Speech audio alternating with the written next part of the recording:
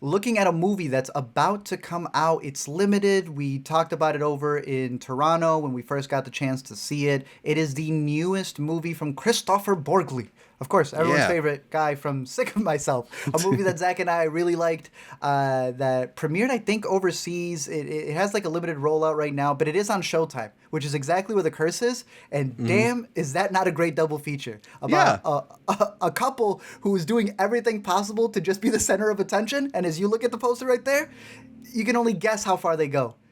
They're both pieces of media about people, the crazy things people do to affect how people see them, right? Like Literally. they really want to be seen in a certain way.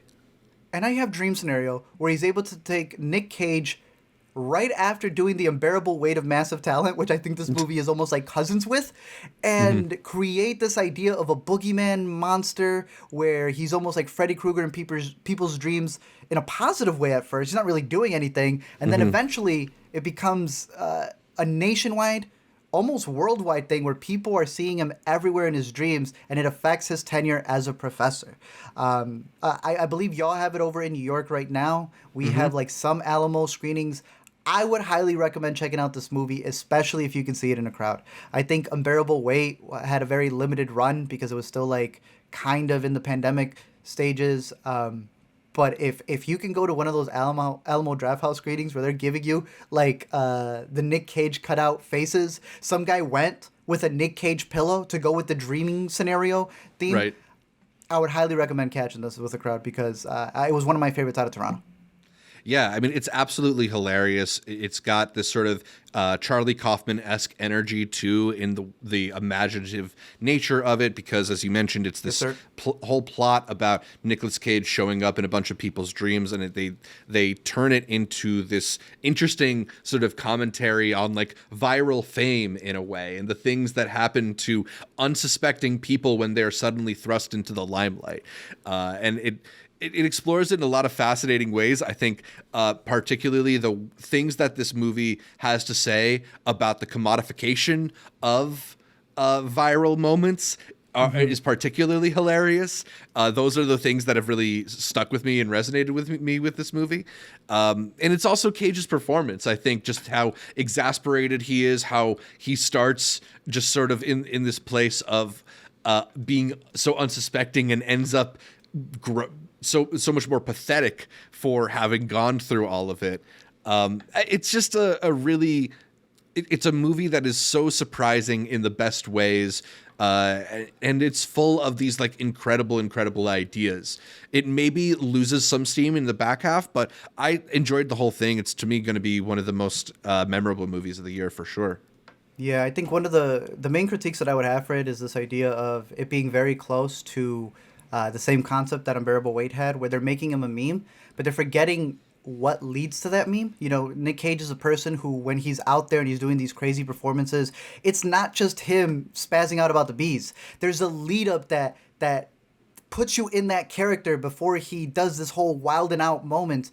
And a lot of these movies are kind of cutting the build up to that character that he Yeah. creates, and is just giving you the wacky in and out gif, the meme that they want to create. I thought Unbearable Weight was a hilarious movie, but it was very much guilty of that.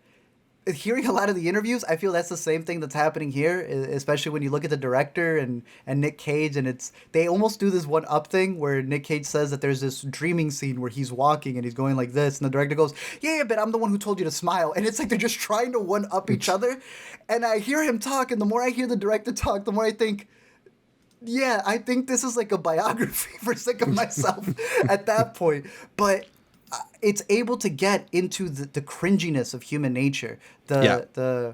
even not just Desperation psychology. sometimes. Yeah, but the idea of like what happens when you do have this world where you can get into people's dreams. The first thing that people are going to want to do is take advantage of that Yeah. by like having ads and stuff. That was like one of my favorite parts of the story when they're able to kind of expand the world in a bit, and it feels full, but it doesn't fully get into it. It's not like building the mechanics of it, but the themes of it. How a capitalistic world would be like, okay, what else can we get in your dreams if we can get this guy Exactly. in there? Let's reverse engineer that, and I thought that was really smart.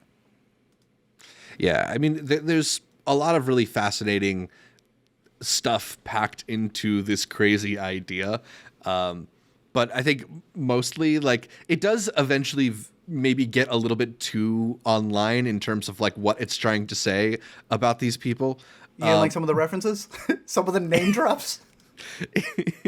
I mean, I thought it was funny, but it's maybe like a little bit on the nose, a little cheeky. Yeah. You don't have to call it out. You can just demonstrate it, right? But I don't know. I think ultimately, like, it's shot beautifully and it's hilarious. And it surprised me. Like, those are all the things that I'm basically like looking for in a movie. So I think it's gonna align itself nicely in the like weird Nick Cage movie canon, and maybe even a little bit better than some of these movies that we're referencing, like Willy's Wonderland or Unbearable Weight of Massive Talent, that are maybe trying a little harder to get into that canon, you know?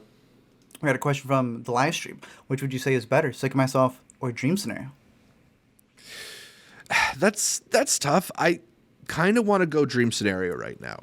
Interesting. Yeah, I mean, they feel different, right? Like, one is a lot more grounded, one is a lot more fantastical, and I think just because the fantastical nature of Dream Scenario feels so unique, I want to select that.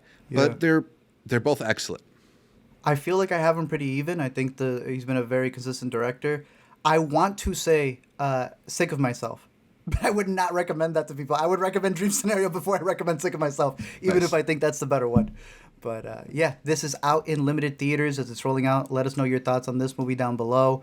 Any other Nick Cage movies that you consider to be an all-time classic, your favorite Nick Cage moments as well, down below in the comments for Dream Scenario.